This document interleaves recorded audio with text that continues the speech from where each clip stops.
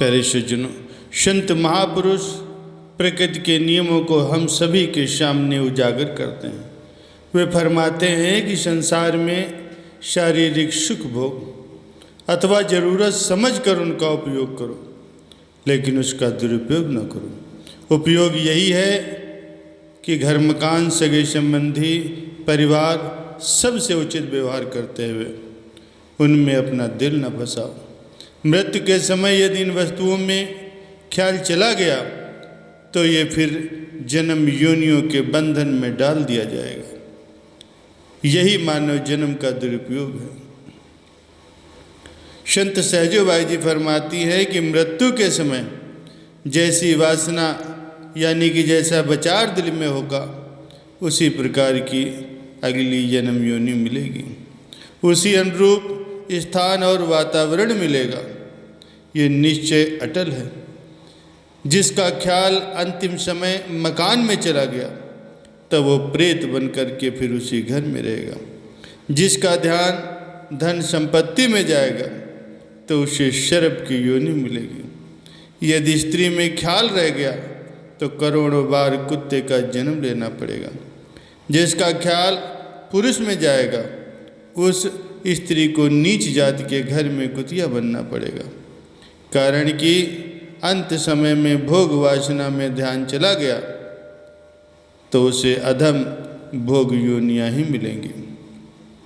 जिसका ख्याल पुत्र में चला गया तो फिर अधम योनि शुवर की मिली।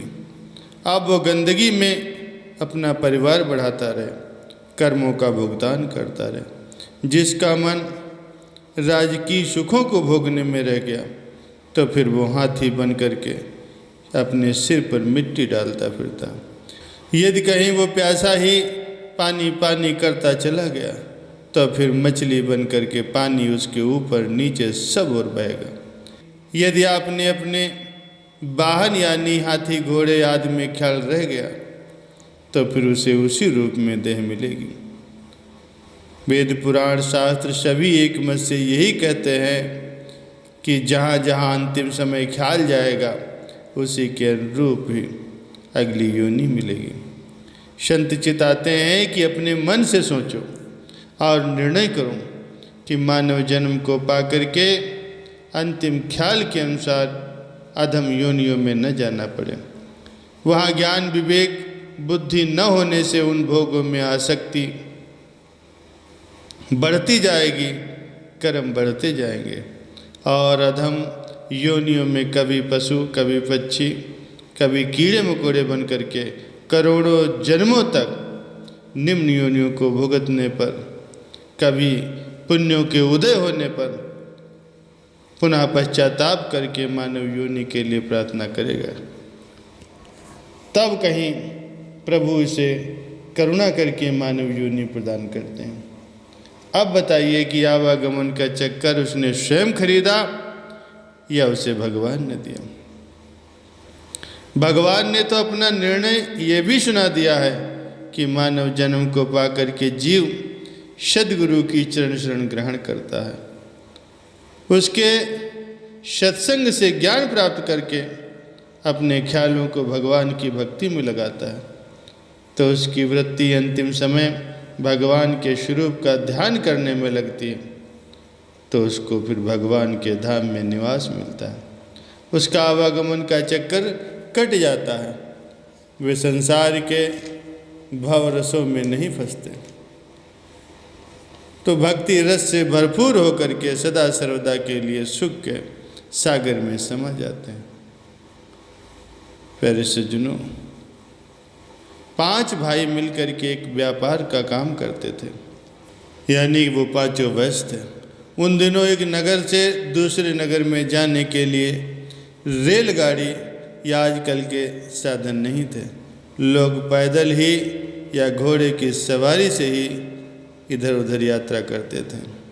वही आने जाने का मुख्य साधन था। पांचों भाई भी सामान अपने सिर पर लाद कर लाते, उसे अपने नगर में बेचते और घर गृहस्थी चलाते। एक बार थके मांदे एक पीपल के पेड़ के नीचे मंदिर के पास ही बैठकर वे सुस्ताने लगे।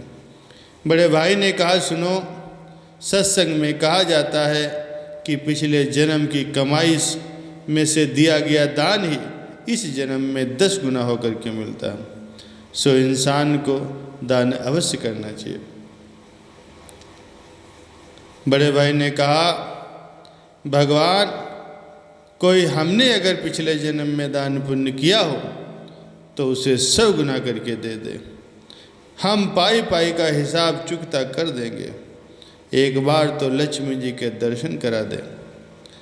सत्संग, कीर्तन और संतों की सेवा जरूर करेंगे। अभी तो 2 समय की रोटी भी पूरी नहीं पड़ती। वहाँ से उठे और अपनी अपनी गठरियाँ लाद कर अपने नगर पहुँचे। उनके सामान का दाम 100 गुना अधिक मिला। तो उन्होंने कहा, वाह भगवान, तूने बहुत जल्दी सुन ली, या मेरा ही दान पुण्य सामने आ गया। बड़े भाई ने कहा, हम इस अधिक धन से अपना मकान बनवाएंगे, उसमें सुख सुविधाओं के सामान जुटाएंगे और जब दूसरी बार इतना कमाएंगे तो फिर साधु संतों को बुला करके उन्हें भोजन करवाएंगे, पूजा पाठ भी करेंगे। छोटे भाइयों ने कहा, भाई, आपने तो कहा था कि लक्ष्मी जी के दर्शन हो जाएंगे तो सत्संग कीर्तन अवश्य कराएंगे, पहले ये काम कर लीजिए। बड़े भाई ने उनकी एक न मानी और आलीशान मकान बनवा लिया। दूसरी बार भी व्यापार चमका और धन धान्य से वो भरपूर हो गया। फिर भी यही कहा, अभी तो 5 परिवारों के सामान की पूर्ति कहाँ हुई, बस मकान में तभी प्रवेश करूँगा जब एक धनी व्यक्ति की तरह खुले हाथों दान करूँगा। अब एक बार भगवान मुझे और दे दें, जैसे अब दिया है, तब मैं अवश्य ही वो सभी काम करूँगा जिसके लिए मैंने वादा किया है। बड़ा भाई मन ही मन कल्पना में खो जाता कि मैं एक सेठ बन करके सब पर हुक्म चलाऊँगा। भाई भावज भतीजे सब मेरा गुण गाएंगे। अब की बारी में उसे रोग ने आ घेरा। काल के थपेड़े ने उसके कल्पना लोक को स्वाहा कर दिया। वो रोग में कराते हुए कहता है कि मैंने तो अभी मकान में प्रवेश ही नहीं किया। भगवान, मुझे इस पीड़ा से बचा ले। मैंने जो वादा किया है मैं उसे जरूर पूरा करूँगा।